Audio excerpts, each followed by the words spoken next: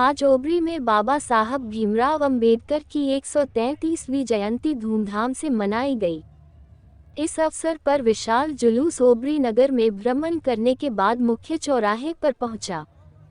मुख्य चौराहे पर राणा पूंजा भील की प्रतिमा पर अतिथियों ने माल्यार्पण किया, जिसमें पीपलागूंज के पूर्व सरपंच साहब पिंटू भाई लक्ष्मण जी गुलजी भाई यादव नवीन बारिया एवं ओबरी के वर्तमान सरपंच साहब शंकर लाल जी ने प्रतिमा पर माल्यार्पण किया। इस मौके पर बाबा साहब अंबेडकर की रैली में पधारे हुए महानुभावों को खूब खूब धन्यवाद प्रेषित किया। सभी माता बहनों ने झूमते गाते बाबा साहब अमर रहे नारों के साथ जुलूस को सभा स्थल तक पहुंचा। सभा को संबोधित करते हुए पूर्व सरपंच साहब पिंटू भाई ने बाबा साहब की जीवनी पर प्रकाश डाला। ओबरी के सरपंच साहब शंकर लाल जी ने बालक बालिकाओं को शिक्षा के प्रति अग्रसर होने के लिए कहा और कहा कि शिक्षा ही एकमात्र हथियार है। अनेक वक्ताओं ने अपने अपने विचार व्यक्त किए। मंच का संचालन प्रताप जी यादव ने किया। इस कार्यक्रम में आसपास के तमाम गांव के एसटीओ बीसी समुदाय के लोग उपस्थित रहे। मेहमानों के क्रम में नवीन बारिया जयप्रकाश जी, पंचायत समिति सदस्य सागवाड़ा खुशपाल जी, पूर्व प्रेसिडेंट मणिलाल जी बुनकर, धनराज बुनकर, पूर्व उप सरपंच राजू भाई, हितेश जी वार्ड पंच, धूलेश्वर जी मीना, दया भाई डेंडोर, विक्रम डोडिया, रमनलाल हरिजन, कांति भाई हरिजन, कचरा हरिजन, विनोद हरिजन, शाहरुख पठान, जयेश यादव, विपुल यादव, विपिन यादव, टीना वार्ड पंच, लाल शंकर जी, धूलेश्वर धूलज यादव एवं तमाम माता बहनें उपस्थिति रही। कीर वागड़ न्यूज की रिपोर्ट। मैं मनोहर लाल कीर। खबर अच्छी लगी हो तो चैनल को सब्सक्राइब करें, लाइक करें, शेयर करें। धन्यवाद।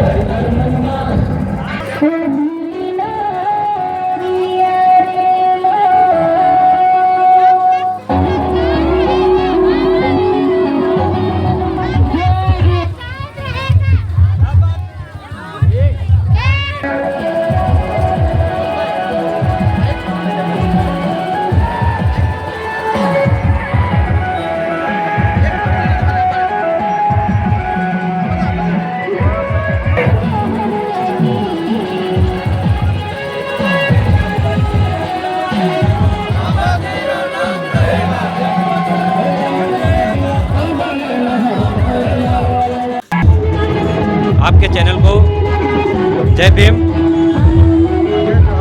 आज बाबा साहब भीमराव अंबेडकर के जन्म जयंती के उपलक्ष्य में ओबरी में लार्ज जुलूस निकाला गया, बहुत लंबा चौड़ा, जिसमें हम सभी क्षेत्रवासियों को बाबा साहब भीमराव अंबेडकर की जन्म जयंती पर हार्दिक बधाई और जोहार कहते हैं। और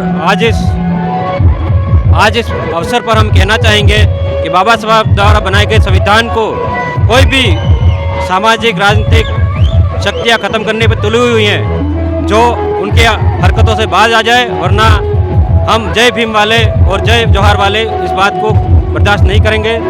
जय भीम। इस कार्यक्रम में नाचते गाते कूदते सभी ने चौराहे पर बाबा साहब अम्बेडकर अमर रहे के नारों के साथ झूम कर इस उत्सव को मनाया। इस उत्सव में आसपास के तमाम क्षेत्र के लोग गणमान्य व्यक्ति मौजूद रहे। इसी क्रम में जैसे फावटा, पीपलागूंज, लोडेश्वर तथा मेहतो का पायडा, बोरकेट एवं अन्य क्षेत्र के तमाम कार्यकर्तागण उपस्थित रहे। सभी ने बाबा साहब के आदर्शों पर चलने का संकल्प लिया। माता बहनों ने सब ने एक ही स्वर में बाबा साहब अमर रहे नारों के साथ ओबरी में इस पूरे पर्व की तरह, उत्सव की तरह इस कार्यक्रम को मनाया। आप देख रहे हैं हमारे YouTube चैनल के माध्यम से। खबर अच्छी लगती है तो आप हमारे चैनल को सब्सक्राइब करें। जय हिंद।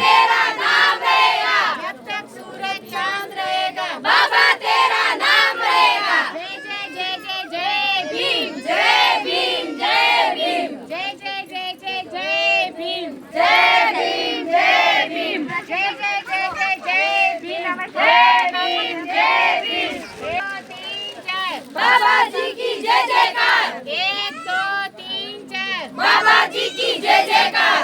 1 2 3 जय जयकार।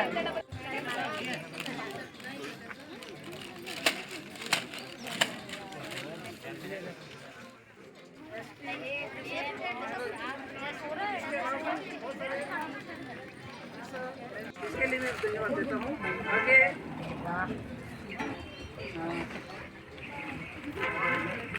विराट से लगा के कानेला, विराट, लोडेश्वर, पाटलिया, पिपलाकुंज, पावटा, ओरखेड एवं पाड़ा मेधा पधारे, उनका आभार, धन्यवाद।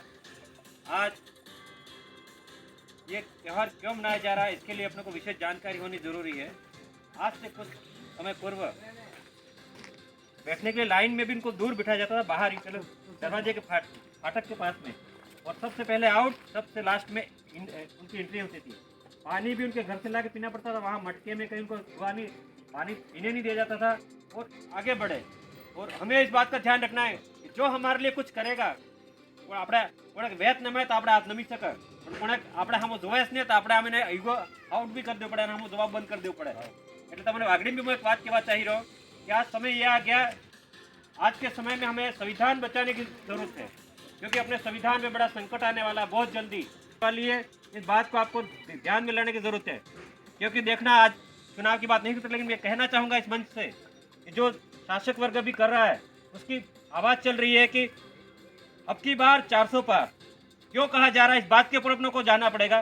शासन करने के लिए उनको चाहिए 273 मत, 545 टोटल लोकसभा सदस्य अपने देश के अंदर बाबा साहब द्वारा निर्मित संविधान के अनुसार, लेकिन 273 उनको शासन के लिए चाहिए, लेकिन वो 400 पार क्यों जाना चाह रहे। उनकी मंशा ये है कि 173 1/3 बहुमत से, मतलब 411 से अधिक वोट लेने पर संविधान की किसी भी धारा, संविधान को भी खत्म किया जा सकता है।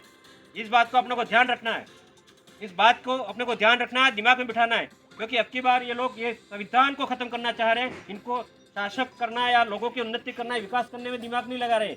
इन लोगों के जो सत्तासीन लोग हैं उनकी मंशा यही है कि संविधान को खत्म, संविधान खत्म हो गए तो अपन लोग ऑटोमेटिक खत्म हो जाएंगे। ये बात विशेष अपने को ध्यान रखने की जरूरत है। आप राज करिए कोई बात नहीं, शासन करिए कोई बात नहीं, लेकिन आप हमारे संविधान के साथ भी क्यों छेड़छाड़ करने की कोशिश करते हैं। जो संविधान लिखा हुआ है वो आज दिन तक लागू नहीं किया इन लोगों ने। तो आज अपने को इस बात को गौर करने की जरूरत है कि अपने को संविधान को बचाने के लिए जो संविधान की रक्षा करेगा उसको हम सपोर्ट करना है। किसको सपोर्ट करना है? जो संविधान की रक्षा करेगा, जो धर्म की रक्षा करेगा उसको सपोर्ट नहीं करना है। लेकिन धर्म की रक्षा करोगे तो आपने मनुस्मृति करना पड़ेगा, आपको वापस झाड़ू निकालना पड़ेगा। जो भी लोग हैं उनको अपनी अपनी स्थिति पे आना पड़ेगा वापस, क्योंकि मनुस्मृति लागू करेंगे वो लोग, और मनुस्मृति के अनुसार वो 4 वर्ण व्यवस्था है, सब जानते हैं, जो पढ़े लिखे वो जानते हैं। और जो पुरानी अपनी स्थिति उसमें सबको वापस लौटा देंगे। जो राज करेगा वो राज करेगा, पूजा पाठ करेगा पूजा पाठ करेगा, व्यापार का व्यापार करेगा, और अपन लोगों को बिल्कुल झाड़ू पोछा लगाने करेगा और मंदिरों से दूर भागना पड़ेगा। इसलिए अपने को इस बात को समझते हुए आने वाले समय में धर्म के नाम से नहीं, अपने को संविधान के नाम से मतदान करना है। और 26 तारीख को सबको संविधान के अनुरूप, जो हमारे संविधान की रक्षा करता है, जो संविधान के अनुरूप बात करेगा, हम उसके साथ चलेंगे, न कि किसी पार्टी और राजनीतिक दल के साथ में।